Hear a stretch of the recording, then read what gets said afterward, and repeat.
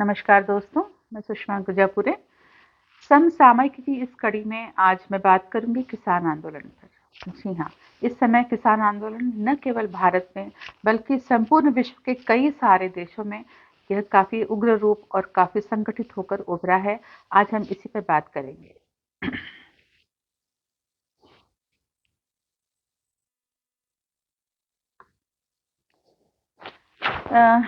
जनवरी 2024 के महीने में यूरोप के कई देशों में हमने देखा कि किसान सड़कों पर हैं। Germany, France, Bulgaria, Belgium, Hungary, Poland, Spain और भी ऐसे कई सारे देश हैं जहां पर किसान अपनी ट्रैक्टर ट्रॉलियों को लेकर जब मुख्य नगरों की सड़कों पर आ गए तो वहां की सरकारें चौंक गई, हक्का बक्का रह गई। उन्हें किसानों के इतने बड़े आंदोलन की अपेक्षा नहीं थी।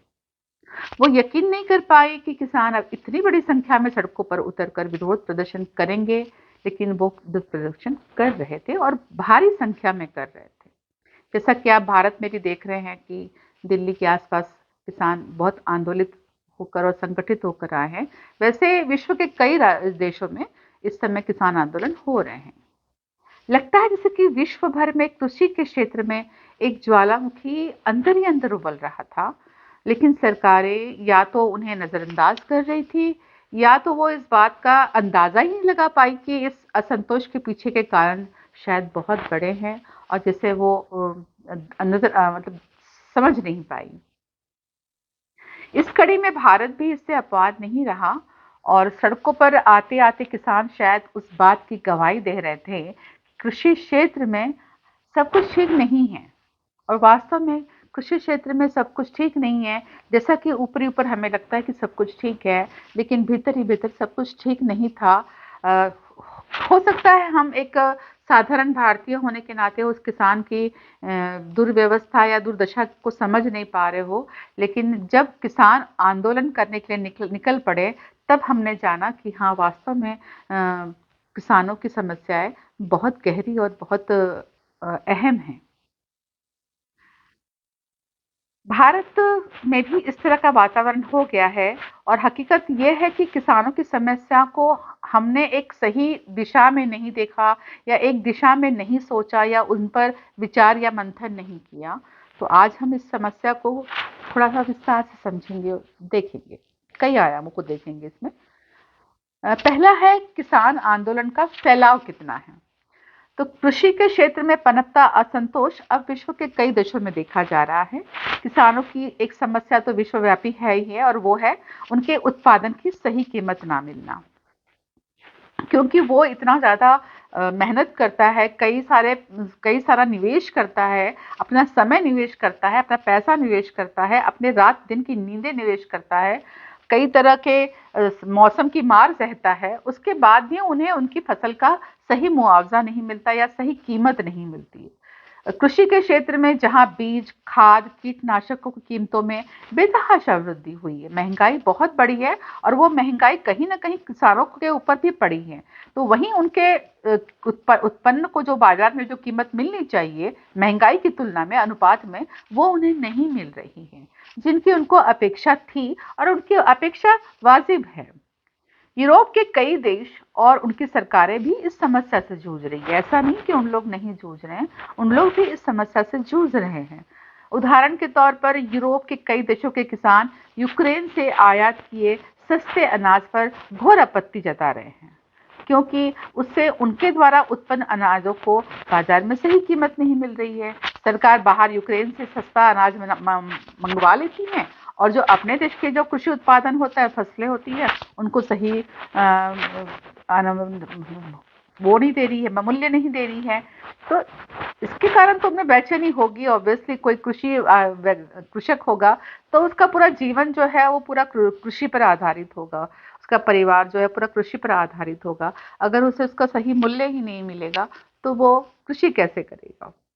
इस प्रकार कई देशों के किसान लैटिन अमेरिका से सस्ते बीज को आयात करते हैं, जिससे उन देशों के अपने बीज को बाजार ही नहीं मिल रहा है। अब जैसे कि भारत में अगर भारत सरकार जो है अगर गेहूं के बीज या चावल या जो है बाहर से मंगवाएंगी, सोयाबीन के बीज बाहर से मंगवाएंगी, तो फिर जो यहाँ के किसान हैं उनके बीज को कौन खरीदेगा? वो तो नुकसान में रहेंगे ना। इन समस्याओं के अलावा बीज, खाद, कीटनाशक और डीजल पर सब्सिडी में कटौती ने किसानों को आज सड़कों पर ला खड़ा कर दिया। वो जर्मनी, फ्रांस, बेल्जियम या अन्य देशों के किसान कई नगरों की सड़कों पर हैं। सड़कों पर तो खाद बिखेर दी गई है, बीज फेंक दिए गए हैं, हाईवे और पोर्ट जाने के रास्ते बंद कर दिए गए हैं और सरकार इस वजह से बेचैन हो उठी है। तब जाके सरकार की आंखें खुली कि हाँ, अब तो सारा जो कार्य का कामकाज है देश का या सरकार का, वो बाधित हो रहा है।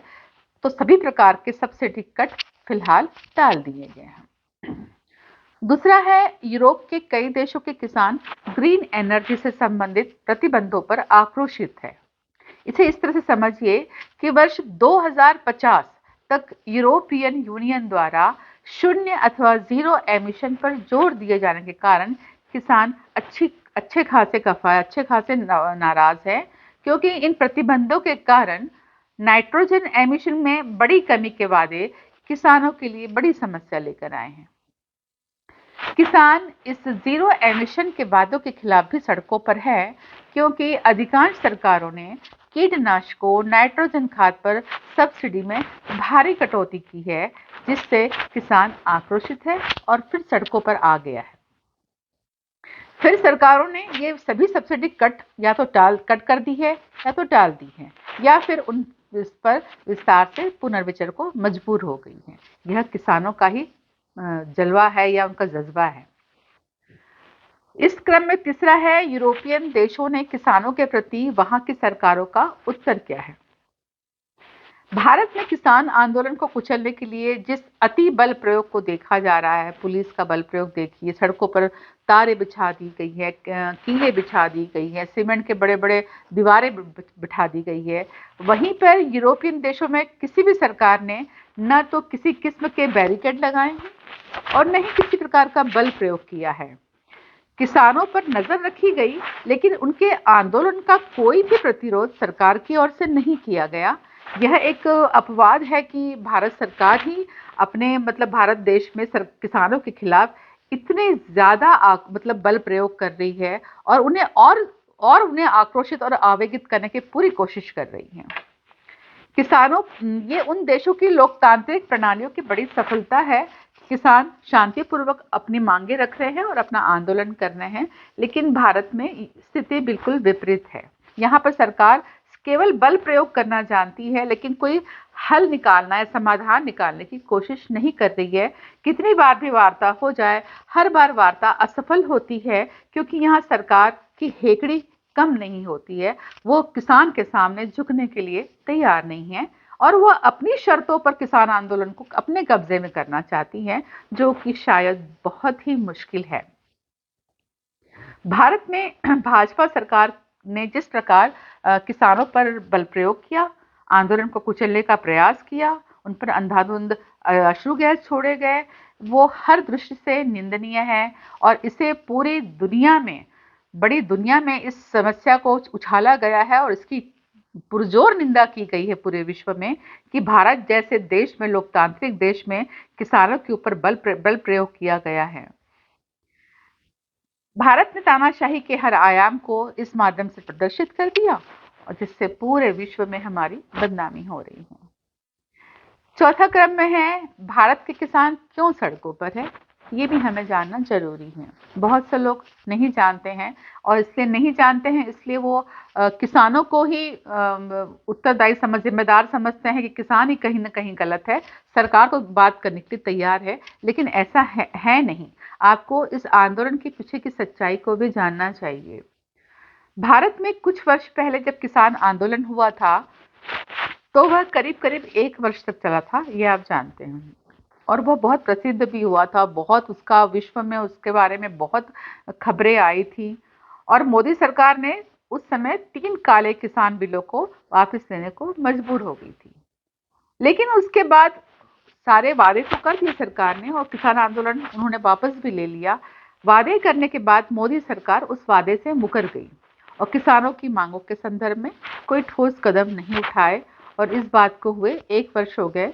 इस बीच किसानों ने सरकार से बार बार ये कहा कि हमारे जो आपने जो वादे किए थे उसे पूरा करने का समय 1 साल हो चुका है, आप कब वादे पूरे करेंगे? लेकिन सरकार की तरफ से चुप्पी चुप्पी ही रही। इन मांगों में था न्यूनतम समर्थन मूल्य, मनरेगा में मिलने वाली रकम में बढ़ोतरी, किसानों की कर्ज माफी और पेंशन। ऐसे कुछ मुद्दे थे जो किसानों के मुद्दे थे। सरकार किसी भी मुद्दे पर समझौते के पक्ष में इस बार नजर नहीं आ रही है और बल प्रयोग के द्वारा किसान आंदोलन को कुचल देना चाहती है। जो दृश्य हमने सबने टीवी पर देखे हैं या सोशल मीडिया पर देखे हैं, यह दमन भारत से बाहर जा रहा है, और यह दृश्य और यह घटनाएं किसी भी लोकतांत्रिक देश के लिए अत्यंत लज्जाजनक भी हैं। गाहे बगाए सरकार को बातचीत के रास्ते तो निकालने ही होंगे, वरना कहीं यह आंदोलन हाथ से निकल गया और किसी भी प्रकार की हिंसा में परिवर्तित हुआ तो ये देश के लिए और देशवासियों के लिए और किसानों के लिए भी बहुत ही दुर्भाग्यपूर्ण स्थिति होगी। ये हम सबको समझना चाहिए, सभी स्थितियों को समझना चाहिए। हालांकि आने वाला समय वास्तव में बहुत कठिन समय है। लोकसभा के चुनाव बिल्कुल सामने हैं और सभी राजनीतिक दल अपनी अपनी शक्ति का प्रदर्शन जोर शोर से करेंगे और किसी भी विपरीत परिस्थिति का फायदा भी उठाना चाहेंगे। हो सकता है कई विपक्ष के जो दल है वो किसान आंदोलन को भी अपना चुनावी मुद्दा बना लेंगे, जो कि हो ही रहा है। तो सरकार को चाहिए कि वो किसानों के मुद्दे पर संवेदनशील बने और अपने पूर्व के कार्यकलापों की तरह हालात जो बने हुए हैं उसको त्याग दें, वो जो शक्तिशाली जो बल प्रयोग है उसे त्याग दें। जरूरत तो इस समय है कि सरकार किसी भी किस्म की मांग को लोकतांत्रिक तरीके से समझाए, बल प्रयोग से नहीं, बैठकर समस्या का समाधान निकाले और ये समझे कि लोकतंत्र में बातचीत और संवाद के अलावा और कोई रास्ता नहीं है। ये बहुत बड़ा सत्य है। किसी भी किस्म का अति बल प्रयोग स्थितियों को न केवल और बिगाड़ेगा बल्कि देश के भीतर विद्वेष की स्थितियां भी पैदा होगी। भारत में मोदी सरकार को यूरोप के देशों की सरकारों की नीति और रीति से सीखने की आज बहुत जरूरत है कि वो कैसे लोकतांत्रिक तरीके से मुद्दों को सुलझाने का प्रयास कर रहे हैं। अगर सरकार जो विश्व में किसान आंदोलन हो रहे हैं उनके बारे में समझे जाने तो हो सकता है हमारे देश में जो किसान आंदोलन हो रहे हैं उसका भी सरकार कोई ना कोई शांतिपूर्वक समाधान निकाल सकती है और निकालना भी चाहिए। नमस्कार।